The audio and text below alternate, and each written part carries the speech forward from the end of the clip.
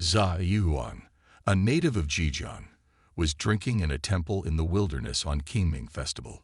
He noticed an ancient bell in front of the main hall, larger than a 2-stone capacity pot, with handprints on it that were smooth and fresh-looking, despite being stained with dirt, which he found strange.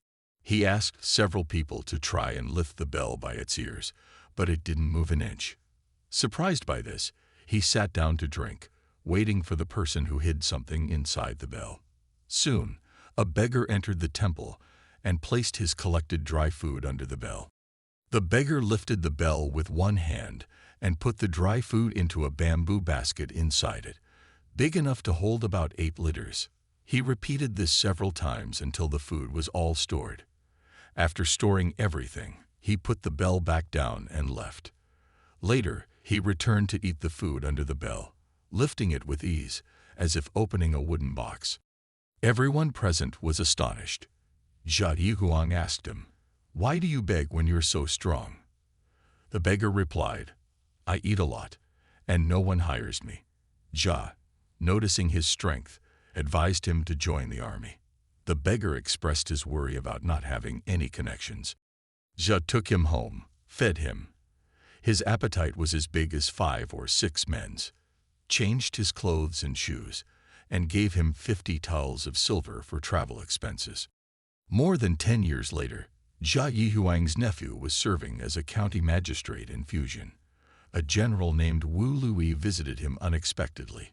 During their conversation, General Wu asked, "What is your relationship with Yihuang?" The nephew replied, "He is my uncle." Did the general have any acquaintance with him? The general answered, "He is my mentor. I have missed him dearly over the past 10 years. Please convey my request for him to honor my humble abode with his presence." Zhai's nephew agreed casually, wondering how his uncle, known for his scholarly reputation, could have a military disciple. Coincidentally, Zhai Yihuang was visiting Fujian, so his nephew mentioned General Wu's visit. Zhai was perplexed and had no memory of such a person. Nevertheless, moved by the general's earnest request, he ordered his servants to prepare his horse for a visit and handed his name card upon reaching General Wu's residence. General Wu hurriedly came out to greet him at the gate. Zhai, however, did not recognize him. Zhai suspected a case of mistaken identity, while General Wu showed even greater respect, bending deeply. He respectfully invited Zhai inside, passing through several gates, and Zhai realized he was entering the inner quarters of the house when he saw women moving about. He stopped, hesitant to proceed, but General Wu gestured for him to continue. They eventually reached the main hall, where young maids were preparing the seating arrangements. As they sat down, Zhai was about to inquire further when General Wu subtly signaled to a maid, who brought forward official robes. The general immediately stood to change. Zhai was puzzled by this action. Maids helped the general dress, adjusting his sleeves and robes. Once dressed, the general ordered his men to hold Zhai in his seat and then bowed deeply to him as if to a sovereign. Zhai was startled and confused. After the formalities, General Wu changed back into casual clothes and sat beside Zhai, smiling. "Do you not remember the beggar who lifted the bell?" It was then that Zhai realized the truth. General Wu then hosted a lavish banquet, with a house band playing music. When the wine was nearly finished, maids lined up to attend to the guests.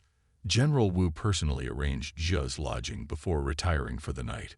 Zhai, drunk, woke up late the next day, only to find that General Wu had already been inquiring after him several times.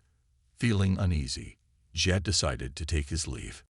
The general removed the pin from Zhai Yihuang's carriage axle and locked the door, effectively confining him in the residence. Zhai observed that General Wu spent his days meticulously managing his household, counting maids, servants, and keeping track of livestock and utensils, insisting on thorough record-keeping without overlooking anything. Zhai thought these were merely household affairs and did not inquire further. One day, General Wu, holding a ledger, said to Zhai, "Everything I have today is thanks to your immense generosity. I dare not claim sole ownership of even a single servant or item. Please allow me to offer half of them to you as a gift." Zhai was stunned and refused to accept. Undeterred, General Wu brought out tens of thousands of taels of silver, dividing them into 2 portions. He also split his collection of antiques, furniture, and other items, filling both the inside and outside of the hall. Zhai firmly tried to stop him, but Wu paid no heed. After checking off the names of the servants, he immediately ordered his men to prepare Zhai's travel and his women servants to pack his belongings, instructing them to serve Zhai well. They all agreed, showing great respect and fear. General Wu personally oversaw the maids and servants as they boarded the carriages, and the grooms led the horses and mules. The caravan set off, and only then did Wu turn to bid farewell to Zhai.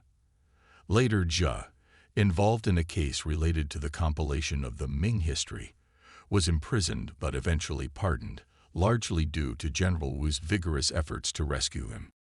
The chronicler notes, "To give generously without seeking a name is indeed the mark of a true gentleman with the spirit of ancient chivalry."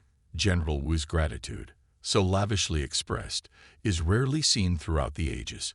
With such a noble heart, it is only fitting that he should not die obscure and unnoticed in a ditch. This encounter between 2 virtuous men was no mere coincidence.